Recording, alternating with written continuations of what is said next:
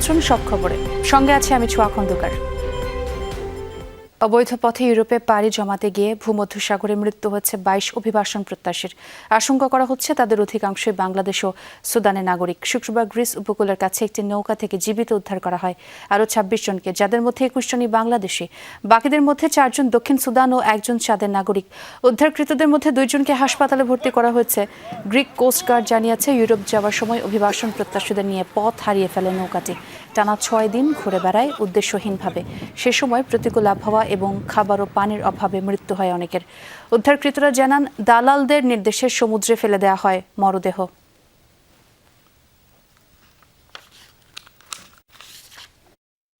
ভূমধ্যসাগরে মারা যাওয়া অভিবাসন প্রত্যাশীদের মধ্যে সুনামগঞ্জের 6 জনের পরিচয় নিশ্চিত করেছে জেলা প্রশাসন।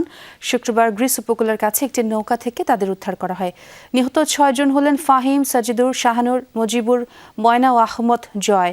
মৃত্যুর সংবাদের পর পরিবারগুলোতে চলছে শোকের মাতম। 6 জনের যুবকের 4 জন দিরাই উপজেলার, 1 জন জগন্নাথপুর উপজেলার ও 1 জন দুয়ারা বাজার উপজেলার বাসিন্দা।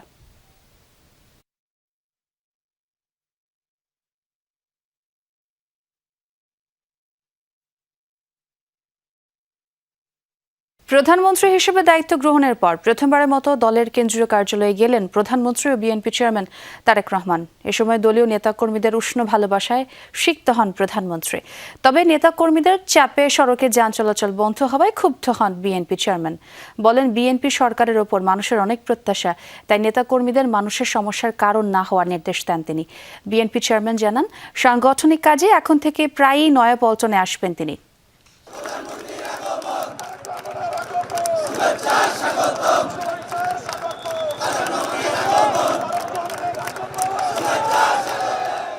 বিএনপির আন্দোলন সংগ্রামের সাক্ষী নয়াপল্টনে প্রধানমন্ত্রী তারেক রহমান। মুহুর্মুহু স্লোগান আর উষ্ণ ভালোবাসায় প্রিয় নেতাকে বরণ করেন নেতাকর্মীরা। শুরুতেই বৈঠক করেন দলের নেতাদের সাথে, ডেকে নেন অঙ্গ সহযোগী সংগঠনের শীর্ষ নেতাদের। গভর্নমেন্টের জায়গায় কাজ করবে, দেশের জনগণের কাজ করবে। আমরা সংগঠনের জায়গায় কাজ করব, সংগঠনকে সুসংগঠিত রাখবো। সরকারে গেলে যে কাজগুলো ব্যস্ততা থাকতে হয় মন্ত্রী এমপিদের, স্বাভাবিক কারণেই আমার মনে হয় দলকে আলাদা করলে খুব ভালো হয়। যারা 5 তারিখ আগে যারা কাজ করে রাজপথে ছিল তাদেরকে মূল্যায়ন করে যারা রাজপথে এবং দলকে আরো সুসংগঠিত করুক। আমরা জনগণের প্রত্যাশা পূরণের জন্য নিরলসভাবে কাজ করব বলে আমরা বিশ্বাস করি। পরে কার্যালয়ের ব্যালকনিতে দাঁড়িয়ে নেতাকর্মীদের শুভেচ্ছার জবাব দেন বিএনপি চেয়ারম্যান। জানান, সাংগঠনিক কাজে নয়াপল্টনে আরও আসবেন তিনি, তবে শর্ত হচ্ছে বন্ধ করা যাবে না সড়কের যান চলাচল। অফিসে আমি আরও আসব, কিন্তু এরকম রাস্তা বন্ধ করা যাবে না। আর যদি এরকম রাস্তা বন্ধ হয় তাহলে আমার পক্ষে অফিসে আসা সম্ভব না। কিন্তু অফিসে আসলে নেতাকর্মী সকলের সাথে দেখা সাক্ষাৎ করা সম্ভব হবে, সাংগঠনিক কাজ করা সম্ভব হবে। প্রধানমন্ত্রী বলেন, যে কোনো মূল্যে দেশের আইন শৃঙ্খলা পরিস্থিতি স্বাভাবিক রাখতে হবে। মানুষ অনেক প্রত্যাশা নিয়ে দলের দিকে তাকিয়ে আছে। কাজে এখানে যে সকল নেতাকর্মী আছে, সারা দেশে আমাদের যে সকল নেতাকর্মী আছে, আমাদেরকে ধৈর্য ধরতে হবে, আমাদেরকে আইন শৃঙ্খলার ভিতরে থাকতে হবে এবং আমাদেরকে মানুষের পাশে দাঁড়াতে হবে। মানুষের সমস্যা হয়, কষ্ট হয়, অসুবিধা হয়, সেই জিনিসগুলো করা যাবে না। লন্ডন থেকে দেশে ফিরে গত বছরের 29 ডিসেম্বর নয়াপল্টনে আসেন তৎকালীন বিএনপির ভারপ্রাপ্ত চেয়ারম্যান তারেক রহমান। গত প্রায় 1.5 দশক ধরে এই রাজপথে ছিল বিএনপি নেতাকর্মীদের একমাত্র ঠিকানা। কিন্তু গত কয়েক সপ্তাহ ধরে দলটির সাংগঠনিকভাবে অনেকাংশে স্থবির হয়ে পড়ে। তবে বিএনপি চেয়ারম্যান তারেক রহমানের এই নয়াপল্টন আগমন উপলক্ষে দলে সেই অচল অবস্থা কারণ প্রত্যাশা নেতাকর্মীদের। পাশাপাশি দলের সাংগঠনিকভাবে শক্তিশালী হওয়ার মোক্ষম সুযোগ কাজে লাগানোর প্রত্যাশাও দলটির নেতাকর্মীদের, যাতে করে রাজনৈতিকভাবে যে কোনো ধরনের সংকট সমাধানে বিএনপি বড় ভূমিকা রাখতে পারে। আরিফিন শাকিল, যমুনা নিউজ, ঢাকা। অতিরিক্ত তেল মজুত করে কৃত্রিম সংকট তৈরির চেষ্টা ও চোরাচালান প্রতিরোধে নির্দেশ দিয়েছেন প্রধানমন্ত্রী তারেক রহমান। বিএনপি সংসদীয় দলের সভা শেষে একথা জানান জাতীয় সংসদের চিফ হুইপ নুরুল ইসলাম মনি। তিনি জানান, রবিবার বিকেল 4টায় সংসদ ভবনের সরকারি দলের সভাকক্ষে সংসদ নেতা ও প্রধানমন্ত্রী তারেক রহমানের সভাপতিত্বে বৈঠকটি শুরু হয়। স্বরাষ্ট্রমন্ত্রী বলেন, তেলের দাম যেন না বাড়ে সে ব্যাপারে ব্যবস্থা নিতে নির্দেশনা দিয়েছেন প্রধানমন্ত্রী। চিফ হুইপ জানান, এবার ঈদযাত্রায় দুর্ঘটনার কারণ অনুসন্ধানে তদন্ত করে প্রয়োজনীয় ব্যবস্থা নিতেও নির্দেশ দিয়েছেন প্রধানমন্ত্রী। তেলের সাপ্লাই পর্যাপ্ত পরিমাণ আছে, তেলের কোনো সাপ্লাইয়ের কোনো ঘাটতি নেই, কিন্তু ঘাটতি আর্টিফিশিয়ালি তৈরি হয়েছে কিছু মিডিয়ার কারণে এবং কিছু মানুষ অতিউৎসাহিত কিছু চোরাচালানিদের কারণে। কাজে এটা যাতে না হয় তার প্রয়োজনীয় ব্যবস্থা নেওয়ার জন্য আজকে এই সিদ্ধান্ত গৃহীত হয়েছে। যাতে কোনো কৃষি উৎপাদনে কোনো রকমের মূল্যবৃদ্ধি না হয়, সংকট না হয়, সেই জন্য আমরা অতিরিক্ত ভর্তুকি দিয়ে সেই মূল্যটা আমরা ধরে রেখেছি। জ্বালানি পাচার হওয়ার যে দুই একটি ঘটনার নজরে এসছে, এগুলো আমরা কঠোর হস্তে দমন করব। জ্বালানি ব্যবস্থাপনা কার্যক্রম তদারকি ও সমন্বয়ের লক্ষ্যে দেশের প্রত্যেক পেট্রোল পাম্পে একজন করে কর্মকর্তা নিয়োগের সিদ্ধান্ত নিয়েছে সরকার। বিদ্যুৎ, জ্বালানি ও খনিজ সম্পদ মন্ত্রণালয়ের এক সংবাদ বিজ্ঞপ্তিতে এই তথ্য জানানো হয়। রাজধানীতে রবিবারও কাটেনি চালক ও যানবাহন মালিকদের ভোগান্তি। সকাল থেকে বেশিরভাগ ফিলিং স্টেশনেই সরবরাহ বন্ধ ছিল। সকাল 9টার পর ডিপো থেকে তেল আসতে শুরু করলে আবারও চালু হয় বিক্রি। তবে মজুদ শেষ হলেই বন্ধ হয়ে যাচ্ছে সরবরাহ। প্রায় সব পাম্পেই দীর্ঘ লাইন, কোথাও ঘন্টার পর ঘন্টা অপেক্ষা করতে হচ্ছে।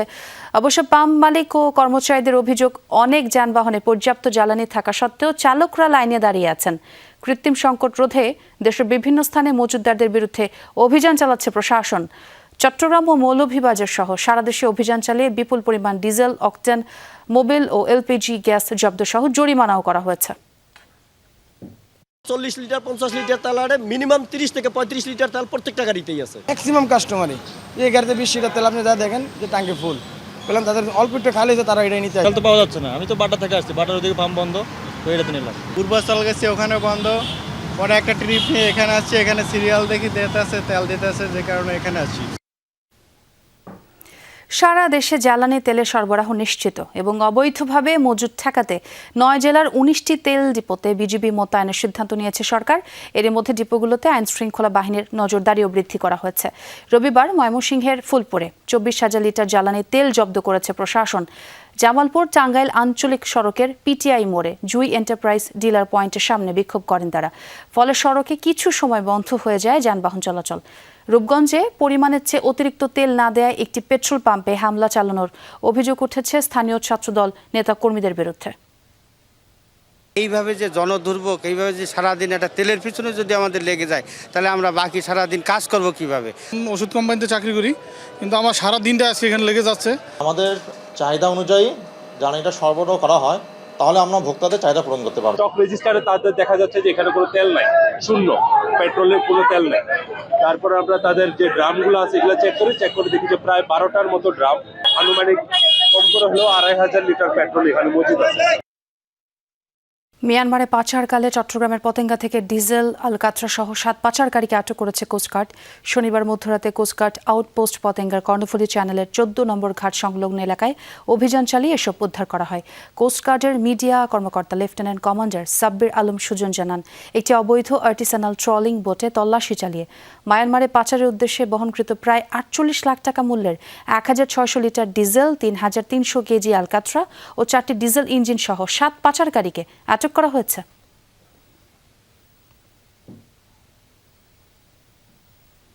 ঈদের ছুটি শেষে রাজধানীতে ফিরেছেন নগরবাসী। সকাল থেকেই বাস, ট্রেন, লঞ্চে ছিল ভিড়। তবে এবার ঈদযাত্রায় দুর্ঘটনা বেশি থাকায় যাত্রীদের মাঝে বিরাজ করছে আতঙ্ক।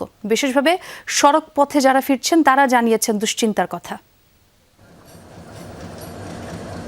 শনিবারও কমলাপুর রেল স্টেশনে ঢাকা ফেরা মানুষের চাপ। যাত্রীরা জানালেন ট্রেন ভ্রমণ ছিল স্বাচ্ছন্দ্যের। ভিড় হলেও নিরাপদে ঢাকায় ফিরতে পারায় সন্তুষ্ট তারা। যাত্রীর এত পরিমাণ চাপ ছিল, মোটামুটি অনেক টেনশন ছিল যে এবার ঈদে অনেক দুর্ঘটনা অনেক জায়গায় হয়েছে। জার্নিটা অনেক কঠিন হয়েছে, আজকে অনেক ভিড় হয়েছে, মারাত্মক, উঠবার মতন ক্ষমতা নাই। ভোগান্তি ওইভাবে বলা যাবে না, কারণ আমরা তো আসলে সবাই মিলেমিশেই যাওয়া আসা করতে অভ্যস্ত, ছাদে টাদে সব জায়গায়। এদিকে ঢাকামুখী গাড়ির চাপ দেখা গেছে রাজধানীর বিভিন্ন বাস টার্মিনালেও। নির্বিঘ্ন ছিল সড়কপথের যাত্রাও। আমরা খুব সুস্থভাবে আইছি, কোনো সমস্যা হয়নি। খুবই ভালো হয়েছে, গেছি আইছি খুব ভালোভাবে। বাসে আসছি 1200 টাকা ভাড়া, 1400 টাকা পর্যন্ত দেওয়া লাগছে। তবে ঈদযাত্রায় দুর্ঘটনা বেশি থাকায় যাত্রীদের মাঝে দেখা গেছে উৎকণ্ঠা।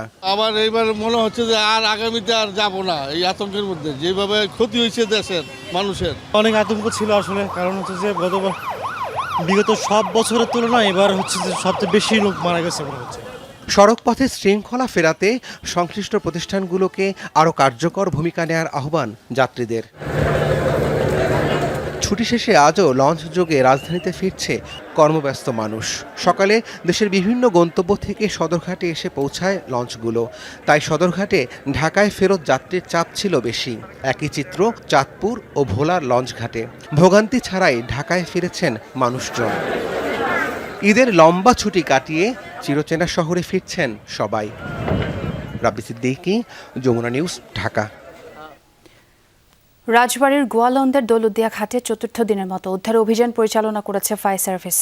শনিবার সকাল থেকে সন্ধ্যা পর্যন্ত উদ্ধার কার্যক্রম চালায় তাদের ডুবুরি দল। এতে অংশ নেয় বিআইডব্লিউটিএ, কোস্টগার্ড ও নৌবাহিনীর সদস্যরা। প্রথমেই বিআইডব্লিউটি এর টাগবোটের মাধ্যমে দৌলতদিয়ার ৩ নম্বর ফেরিঘাটের পন্টুন অন্যত্র সরিয়ে নেওয়া হয়। এরপর নদীতে নেমে তল্লাশি শুরু করে ডুবুরি দল, তবে নতুন কোনো মরদেহ উদ্ধার হয়নি। বুধবার কুষ্টিয়ার কুমারখালী থেকে ছেড়ে আসা সৌহার্দ্য পরিবহনের একটি বাস দৌলতদিয়ার ৩ নম্বর ফেরিঘাটে নিয়ন্ত্রণ হারিয়ে পন্টুন থেকে পড়ে পদ্মা নদীতে ডুবে যায়। এখন পর্যন্ত উদ্ধার হয়েছে ২৬ জনের মরদেহ।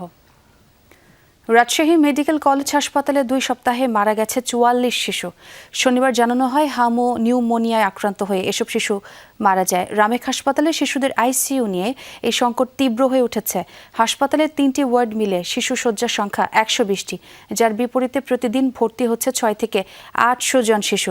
৪০ শয্যার একটি আইসিইউ ওয়ার্ড থাকলেও এর মধ্যে ১২টি শয্যা প্রাপ্তবয়স্ক রোগীদের জন্য, ১৬টি শয্যা জেরিয়াট্রিক রোগীদের জন্য, বাকি মাত্র 12টি শয্যা শিশুদের জন্য নির্ধারিত। তাই চিকিৎসকরাও এক প্রকার অসহায় হয়ে পড়েছেন। অবস্থা বলছে সিরিয়াল দেওয়া আছে, সিরিয়ালের অপেক্ষা করো, ফোন করব। অক্সিজেনের অভাব, ডাক্তার ঠিক মতন আসছে না, চিকিৎসা দিচ্ছে না, আইসিইউতে সিরিয়াল নাই। আইসিইউর অভাবে মিনিমাম প্রতিদিন ৬-৭টা করে মারা যাচ্ছে। সিরিয়াল কালকে দিছি, এখন পর্যন্ত আইসিইউর ভিতরে এখন একটা বেডও ফাঁকা হয় না। আমার বাবু কি এমনি খারাপ হয়ে যাচ্ছে। আজকে সকালে ৩টা বাচ্চা ভালো হয়ে গেছে, ওয়ার্ডে পাঠানো হয়েছে, একটা বাচ্চা মারা গেছে। 4টা বেড ফাঁকা হয়েছে, 4টা বাচ্চা ঢুকতে পারছে, আর বাকি আরও প্রায় ৪৮টা বাচ্চা ছিল আজকে সিরিয়ালে। এদিকে রাজশাহী মেডিকেলে আইসিইউতে শিশুদের মৃত্যুর ঘটনায় ক্ষোভ জানিয়েছেন স্বাস্থ্য ও পরিবার কল্যাণমন্ত্রী সরদার মোহাম্মদ সাখাওয়াত হোসেন। তিনি বলেন, ১১ দিনে ৩৩ শিশু মারা যাওয়ার পরও হাসপাতালে পরিচালক ভেন্টিলেটর না থাকার বিষয়টি মন্ত্রণালয়কে জানায়নি। রাজধানীর শাহবাগে শহীদ আবু সাইদ ইন্টারন্যাশনাল কনভেনশন সেন্টারে চিকিৎসার নৈতিকতা নিয়ে আয়োজিত অনুষ্ঠানে এসব কথাই বলেন স্বাস্থ্যমন্ত্রী। ১১ দিনে ৩৩টা রোগী মারা যেতে, ৩৩ জন বেবি মারা গেছে আমার রাজশাহীতে। সেই ডাইরেক্টর আমাদেরকে বলে নাই যে তার ভেন্টিলেটর নেই, নিউনেটিক্যাল ভেন্টিলেটর নেই। ওকে ফাঁসি কাস্টে চড়ানো উচিত। আমি ফোন করার পরে উনি, আমার ফোনের পরে উনি বলে এটা মিডিয়া একটু বাড়াবাড়ি করছে। আমি then you give me a report, what is the truth. কালকে রিপোর্ট দিল, সে একটা কত মিডিয়াকে ডিনাই করতে পারেনি। আগামী বর্ষা মৌসুমে ডেঙ্গুর প্রকোপ বাড়ার আগেই প্রতিরোধে প্রয়োজনীয় ব্যবস্থা গ্রহণ করা হবে, আর এমনটা জানিয়েছেন ঢাকা উত্তর সিটি প্রশাসক শফিকুল ইসলাম খান। শনিবার রাজধানীর রেসিডেন্সিয়াল মডেল স্কুল মাঠে মশক নিধন কার্যক্রম উদ্বোধন করেন তিনি। বলেন, পরিচ্ছন্ন গ্রিন সিটি উপহার দিতে নগরবাসীকেও এগিয়ে আসতে হবে। শিক্ষা প্রতিষ্ঠানের ক্যাম্পাস থেকেই ডেঙ্গু প্রতিরোধে মশক নিধন কার্যক্রম শুরু হয়েছে জানান প্রশাসক। এ সময় নগরবাসীর মাঝে ডেঙ্গু সহ বিভিন্ন পানিবাহিত রোগ নিয়ে সচেতনতামূলক প্ল্যাকার্ড প্রদর্শন করা হয়। এতে সিটি কর্পোরেশনের কর্মকর্তা ছাড়াও অংশ নেয় কয়েকশো শিক্ষার্থী। সামনে বর্ষা, ডেঙ্গুর আবির্ভাব হবে, এর আগেই থেকে আমাদের কিছু প্রস্তুতি গ্রহণ করা উচিত। আমি প্রশাসক হিসাবে কিংবা অন্যান্য কর্মকর্তা যারা আছেন, আপনারা যদি সহযোগিতা না করেন, চাইলে হয়তোবা আমরা সকল সমস্যা একসাথে সমাধান করতে পারবো না। তা আমি মনে করি সকলকে একটু এগিয়ে আসতে হবে। যেমনিভাবে আজকে আপনারা এগিয়ে আসছেন, আশা করব অন্যান্য স্কুল কলেজ যারা আছে সবাই আমাদেরকে সহযোগিতা করবে। জাতীয় সংসদে এমপিদের হেডফোন পরিবর্তনের সিদ্ধান্ত নেওয়া হয়েছে। প্রথম অধিবেশনেই এটি ব্যবহারে অস্বস্তিতে পড়া সংসদ সদস্যদের অভিযোগের প্রেক্ষিতে এই সিদ্ধান্ত। পাশাপাশি কারণ অনুসন্ধান কমিটি গঠন করা হয়েছে। ৩ এপ্রিল প্রতিবেদন জমা দেবে কমিটি। 10 দিন আগে জাতীয় সংসদের হেডফোন পরিবর্তনের সিদ্ধান্ত রাষ্ট্রের অর্থ কোটি টাকা গচ্ছা শিরোনামে প্রতিবেদন প্রচার করেছিল যমুনা টেলিভিশন।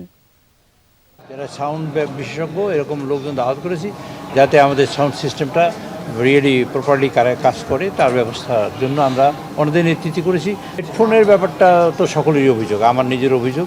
এত বড় একটা ঢাউস হেডফোন মাথায় দিয়ে পার্লামেন্ট শোনা যায় না, মাথা গরম হয়ে যায়, কান গরম হয়ে যায়, অসুবিধা। এটা চেঞ্জ হবে।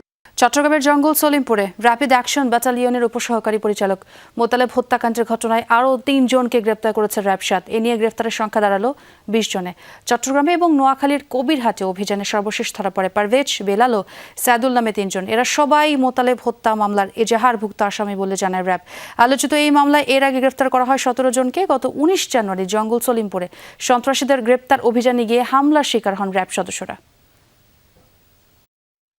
র্যাব কর্তৃক ১৩ জনকে গ্রেফতার করা হয় এবং পুলিশ কর্তৃক ৭ জনকে গ্রেফতার করা হয়। তার মানে সর্বমোট আমরা ২০ জনকে আমরা গ্রেফতার করি এবং উক্ত হত্যাকাণ্ডের সাথে জড়িত যে বা যারাই বাংলাদেশের যে প্রান্তে লুকিয়ে থাকবে তাদেরকে আমরা গ্রেফতার করতে অভিযান পরিচালনা করবো ইনশাআল্লাহ। কক্সবাজারের টেকনাফ সংলগ্ন নাফ নদী থেকে মাছ ধরার ৩টি ট্রলার সহ ১৩ জেলেকে ধরে নিয়ে গেছে আরাকান আর্মি। সকাল ৭টার দিকে নাইখংদিয়া এলাকায় মাছ আহরণের সময় তাদের ধরে নিয়ে যাওয়া হয়। বিজিবি জানায় জেলেদের ফেরত আনার বিষয়ে তৎপরতা চলছে। সীমানা লঙ্ঘনের অভিযোগে গত ১.৫ বছরে ৪ শতাধিক জেলেকে ধরে নিয়ে গেছে আরাকান আর্মি, যাদের মধ্যে প্রায় ২.৫ শতাধিক জেলেকে ফিরিয়ে আনা হয়েছে। সবশেষ গত ১৬ ফেব্রুয়ারি ফেরত আসেন ৭৩ জেলে। আরও ৩২টি ট্রলার এবং ১৭২ জন জেলে রাখাইন রাজ্যের কারাগারে আটক।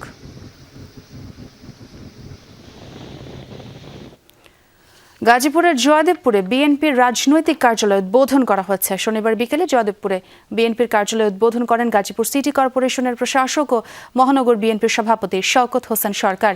এ সময় নেতাকর্মীরা বলেন, গাজীপুর মহানগরীতে বিএনপির রাজনৈতিক ও সাংগঠনিক কার্যক্রম গতিশীল করার লক্ষ্যে এই কার্যালয়ের উদ্বোধন করা হয়। অনুষ্ঠানে গাজীপুর মহানগর বিএনপি ও অঙ্গ সংগঠনের সকল নেতাকর্মীরা উপস্থিত ছিলেন। শেষে শহীদ জিয়াউর রহমান ও বেগম খালেদা জিয়ার আত্মার মাগফিরাত কামনায় দোয়া করা হয়। গাজীপুরের কাপাসিয়ায় জমির মালিকানা দখলকে কেন্দ্র করে স্থানীয় দুই পক্ষের মধ্যে বিরোধ দেখা দিয়েছে। শনিবার উপজেলার মেরুয়া গ্রামে উত্তেজনা ছড়ায়। অভিযোগকারী আব্দুর রব জানান, ক্রয়সূত্রে জমির মালিক তিনি। তার দাবি, স্থানীয় আওয়ামী লীগ নেতা ও ইউপি সদস্য ইব্রাহিম মিয়া তাকে জমিটি কিনতে সহায়তা করেন, কিন্তু পরবর্তীতে রাজনৈতিক প্রভাব খাটিয়ে একই জমি নিজের দখলে নিয়ে নেন। সম্প্রতি কাজ শুরু করলে ইব্রাহিম মিয়া লোকজন নিয়ে এসে বাধা দেন। তবে অভিযোগ অস্বীকার করে ইব্রাহিম মিয়া বলেন, ওই জমি নিয়ে আদালতে মামলা চলমান রয়েছে। নড়াইলের কালিয়ায় চিত্রা নদীর পাড়ে খেলতে গিয়ে নিখোঁজ 2 শিশুর মধ্যে একজনের মরদেহ উদ্ধার করেছে স্থানীয়রা। শনিবার সকালে কালিয়া উপজেলার মহিষখোলা এলাকায় খেলতে যায় প্রতিবেশী 2 শিশু রাফিয়া ও আরিয়া। বেলা 11টার দিকে 2 শিশুকে দেখতে না পেয়ে পরিবারের লোকজন তাদের খোঁজাখুঁজি করে। পরে বিকেলে ঘটনাস্থল থেকে প্রায় 1 কিলোমিটার দূরে নদীতে এক শিশুর মরদেহ দেখতে পায় স্থানীয়রা। খবর পেয়ে সেখানে গিয়ে মরদেহটি রাফিয়ার বলে নিশ্চিত করে তার পরিবার। নিখোঁজ আরেক শিশু আরিয়ার সন্ধান এখনও মেলেনি। ইরান যুদ্ধে প্রথমবারের মতো যোগ দিল ইয়েমেনের সশস্ত্র গোষ্ঠী হুতি। ইসরায়েলের দক্ষিণাঞ্চল লক্ষ্য করে মিসাইল ছুড়েছে ইরান সমর্থিত বিদ্রোহী গোষ্ঠীটি। দক্ষিণ ইসরায়েলের বীরশেবা ও আশপাশের এলাকাগুলোয় বেজে ওঠে সাইরেন। বিদ্রোহী গোষ্ঠীটি ব্যালিস্টিক মিসাইল ছুড়ে সতর্ক করা হয় বাসিন্দাদের। যদিও হুতিদের ছোড়া মিসাইলটি ভূপাতিতের দাবি করেছে ইসরায়েল। এই হামলার মাধ্যমে ইরানের পক্ষ হয়ে প্রথমবারের মতো মার্কিন ইসরায়েল যৌথ বাহিনীর বিরুদ্ধে নিজেদের শক্ত অবস্থানের জানান দিল হুতি বিদ্রোহীরা। 2025 সালে ইসরায়েল হামাস যুদ্ধবিরতির পর থেকে ইসরায়েলের উপর হামলা বন্ধ রেখেছিল সশস্ত্র গোষ্ঠীটি। যুদ্ধ শেষে সৌদি আরব ও ইসরায়েলকে দ্বিপাক্ষিক সম্পর্ক স্বাভাবিক করার আহ্বান জানিয়েছেন মার্কিন প্রেসিডেন্ট ডোনাল্ড ট্রাম্প। মায়ামিতে আয়োজিত এক অনুষ্ঠানে যোগ দিয়ে এই মন্তব্য করেন তিনি। জানান, ইসরায়েল ও সৌদি আরবের মধ্যকার সম্পর্ক স্বাভাবিক করার সময় এসেছে। আব্রাহাম অ্যাকর্ডের আওতায় গেল বছর থেকে ইসরায়েলের সাথে বাণিজ্যিক ও কূটনৈতিক সম্পর্ক স্বাভাবিক করতে সৌদি আরবকে চাপ দিয়ে আসছিলেন ট্রাম্প। জানান, যুদ্ধ শেষের পর পরিস্থিতি স্বাভাবিক হলে গ্রহণ করবেন প্রয়োজনীয় পদক্ষেপ। ইরান যুদ্ধের মাঝে প্রতিরক্ষা চুক্তিতে সই করল ইউক্রেন ও সৌদি আরব। শুক্রবার সৌদি আরবের যুবরাজ মোহাম্মদ বিন সালমানের সাথে সাক্ষাতের পর সামাজিক যোগাযোগ মাধ্যম এক্সে এক পোস্টে প্রতিরক্ষা সহযোগিতা সংক্রান্ত এই চুক্তির ঘোষণা দেন ইউক্রেনের প্রেসিডেন্ট ভলোদিমির জেলেনস্কি। বৈঠকে মধ্যপ্রাচ্যে সামরিক উত্তেজনা বৃদ্ধি এবং ইউক্রেন যুদ্ধ নিয়ে আলোচনা করেন দুই নেতা। ইরান যুদ্ধের শুরু থেকে মধ্যপ্রাচ্যের দেশগুলোকে সামরিক সহায়তা দেওয়ার ইচ্ছে প্রকাশ করেন জেলেনস্কি। তার সেই প্রস্তাব গ্রহণ করেছে সৌদি আরব সহ কয়েকটি দেশ। এসব দেশে এখন ইউক্রেনের 200 জনের বেশি সামরিক প্রযুক্তিবিদ কাজ করছেন। দর্শক, এই ছিল সব খবরের আজকের আয়োজনে। এতক্ষণ যারা সঙ্গে ছিলেন সবাইকে ধন্যবাদ।